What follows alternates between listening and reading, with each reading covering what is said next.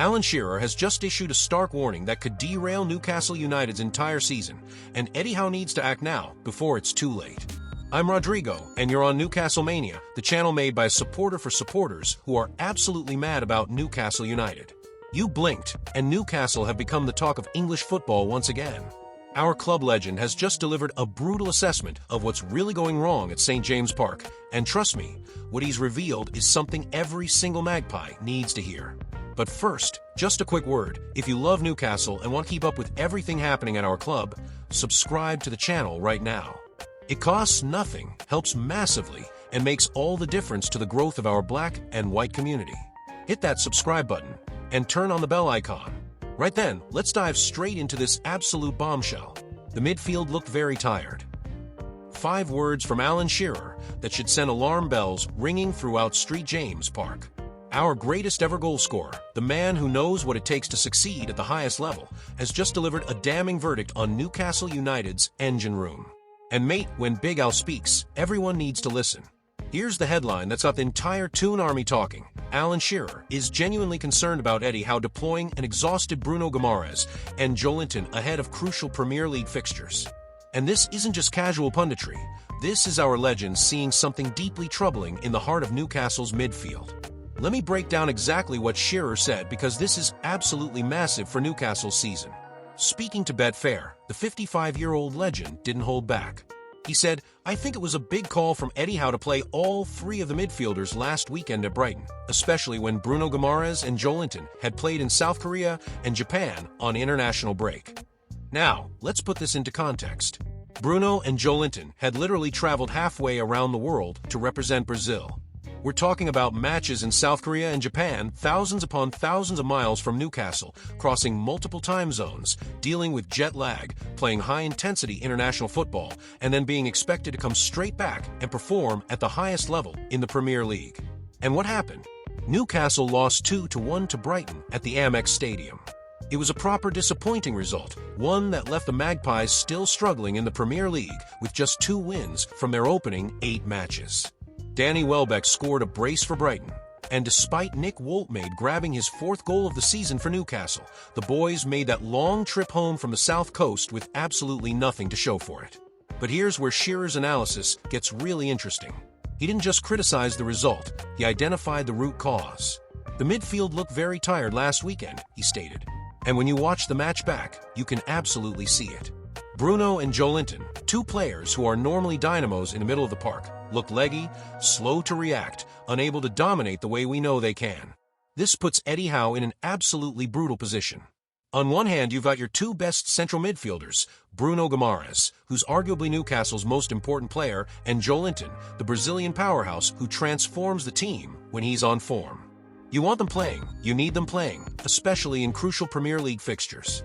But on the other hand, if they're running on empty, if their tanks are genuinely dry from international duty, are you actually doing more harm than good by throwing them straight back into action?" It's the classic manager's dilemma, and Shearer clearly thinks Howe got it wrong against Brighton.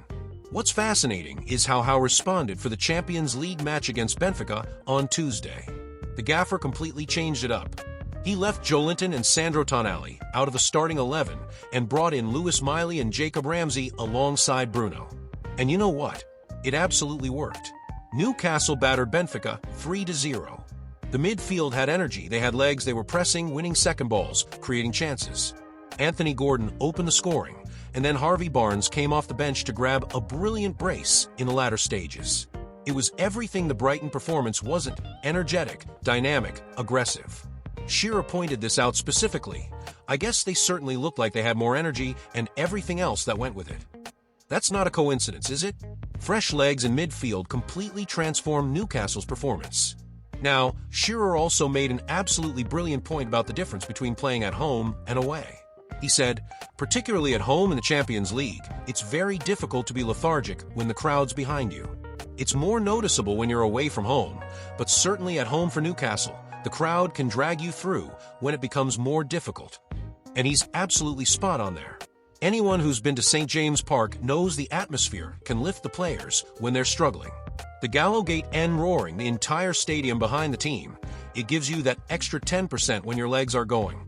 But away from home, That's when fatigue really shows. You can't rely on the crowd to lift you.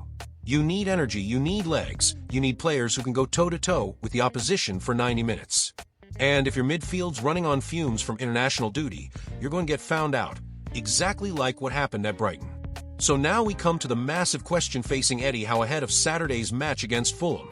What does he do with his midfield? Shearer laid out the dilemma perfectly. Again, Eddie Howe has got decisions to make as to who he brings in. Does he bring the midfield back in? Does he make one or two changes?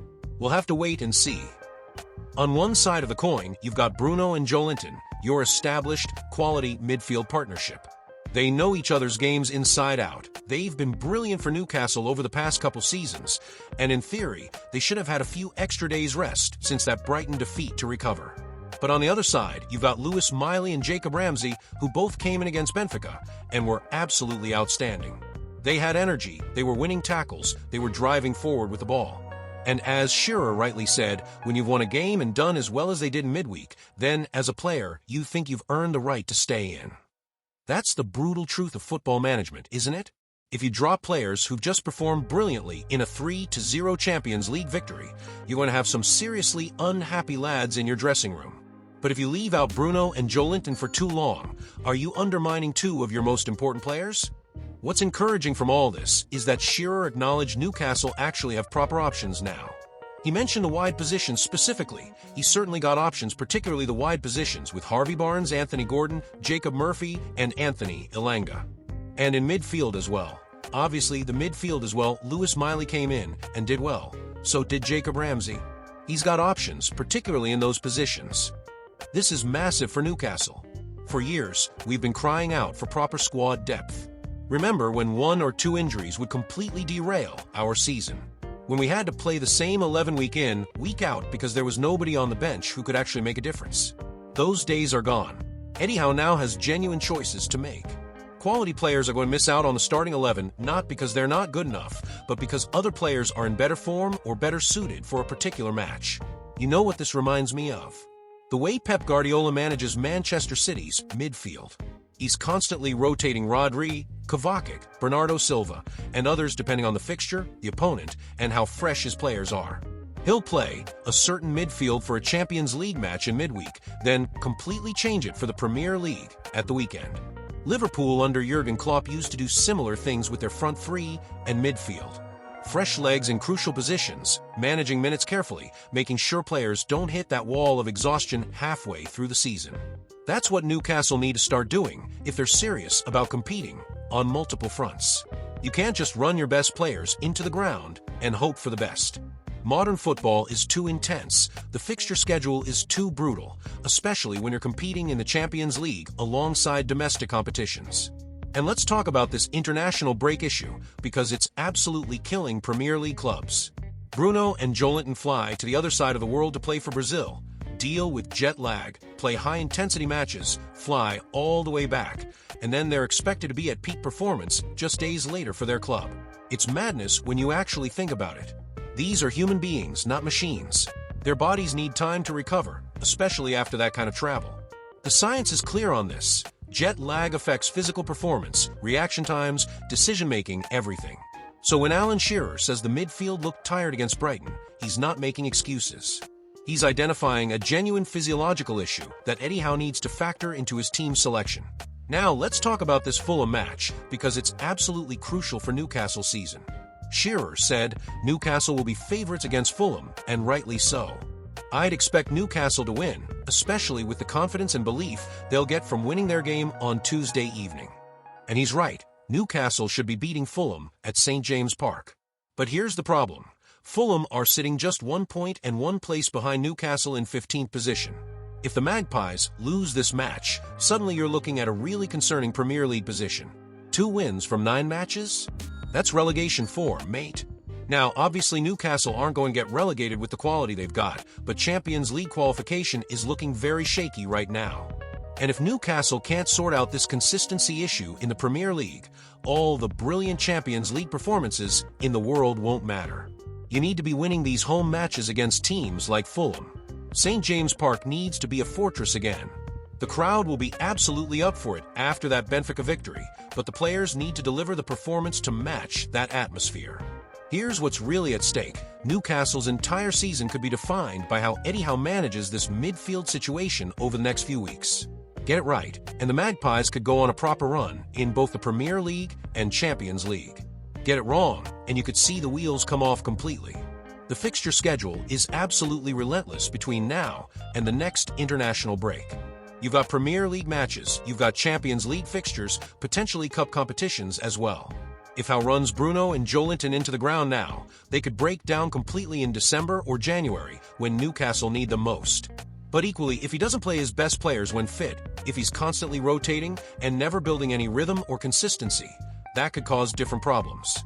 It's a tightrope, and Howe needs to walk it perfectly. Look, Alan Shearer's concerns aren't idle speculation from some pundit who doesn't understand Newcastle United. This is our greatest ever player, someone who bled black and white, someone who knows exactly what it takes to succeed at St. James Park. When he says the midfield looked tired and Eddie Howe needs to make changes, we need to listen. The good news? Newcastle have options now. Real quality options. Lewis Miley showed against Benfica that he's ready for this level. Jacob Ramsey looked excellent as well. Eddie Howe has the tools to solve this problem.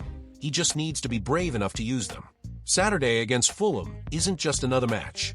It's a statement of intent. It's Newcastle showing they've learned from the Brighton defeat, that they can bounce back, that they can find consistency in the Premier League to match their Champions League form. Eddie Howe has got massive decisions to make. Does he trust the fresh legs that delivered against Benfica, or does he bring back his established stars? Whatever he decides, every single player wearing that black and white shirt needs to leave absolutely everything on that pitch. Because this Newcastle United team has too much quality, too much potential, too much ambition to be languishing in mid-table. Alan Shearer knows it, Eddie Howe knows it, and the Toon Army certainly knows it. It's time to show what this team is really capable of. Howe the lads. So there you have it, Alan Shearer's stark warning about Newcastle's midfield and the massive decisions Eddie Howe faces ahead of Saturday's crucial match against Fulham. What do you reckon? Should Howe stick with the midfield that beat Benfica or bring back Bruno and Joelinton? How concerned are you about Newcastle's Premier League form? Drop your thoughts in the comments below. I read every single one, and I love hearing from you lot. If you enjoyed this deep dive into Shearer's concerns and what it means for Newcastle, smash that like button. It genuinely helps the channel grow and reach more Magpies around the world. And if you're not already subscribed to Newcastle Mania, what are you waiting for? Hit that subscribe button and turn on notifications so you never miss our coverage of the club we all love. Share this with your fellow Newcastle supporters so everyone in the Toon Army understands what's really at stake this weekend. This is a defining moment for our season, and we all need to be behind the lads. I'm Rodrigo, this has been Newcastle Mania, and I'll see you in the next one with more news, analysis, and everything Newcastle United. Howe the lads. See you next time.